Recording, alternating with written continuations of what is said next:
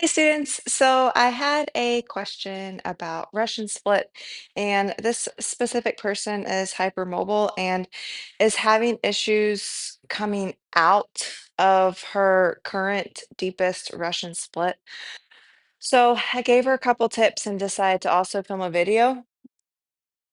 What happens for those that are hypermobile, specifically in Russian split, is if you let your knee and your arms fully into your deepest range of motion, it's going to be extremely difficult to re-engage them to bring you back up the pole. So, can you do Russian split? Yes, of course. Are you going to have to train a little bit differently and a little bit harder? Maybe not harder, but differently. Okay. So, what I recommended to her is you're going to either have to decide, is it easier to re engage? Is it easier to keep a tiny little micro bend in the elbows? Or is it easier to keep a tiny little micro bend in your knee? Maybe both of those are very challenging. Pick one so that you don't end up hurting yourself when you try to pull back in out of your deepest hyperextension. What do I mean? Okay, so let's say I am going to try to keep a little tiny bend in my knee and I'll let my arms fully extend.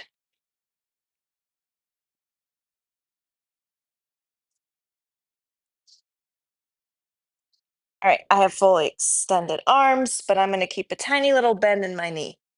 That way, I can re engage. I can bend my leg to come back in. So I don't have to really bend my elbows. Let's say they're in hyperextension. It's going to be really hard to bend my arms.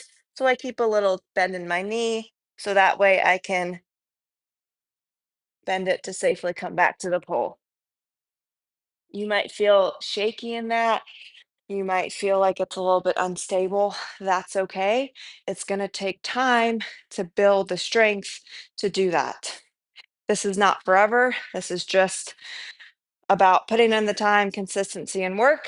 And eventually, I trust that you'll be able to fully go into your deepest hyperextension and then come back out of it. But we can't go straight there when we're doing a brand new move to our body.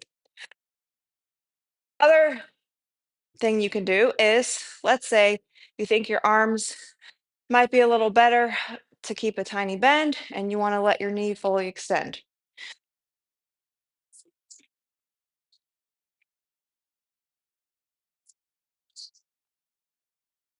All right, so knee fully extends, tiny little bend in the arms.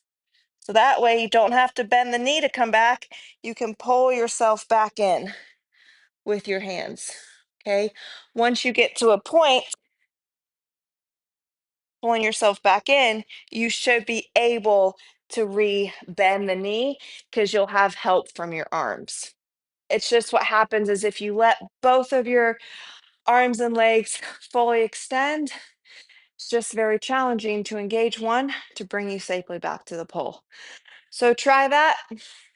Try keeping your arms a little bent, try keeping your leg a little bent, see which one feels more manageable for you. And, it sounds cliche, but train it, be consistent with it. Let me know if this makes sense. Let me know if you have additional questions. And thank you to those that continue to ask questions as you're training these moves. It really inspires me to continue giving all of my knowledge, as much knowledge as I can share with you all, and it encourages me to experiment and learn new things. Okay? Keep up the great work. I'll see you soon. Bye.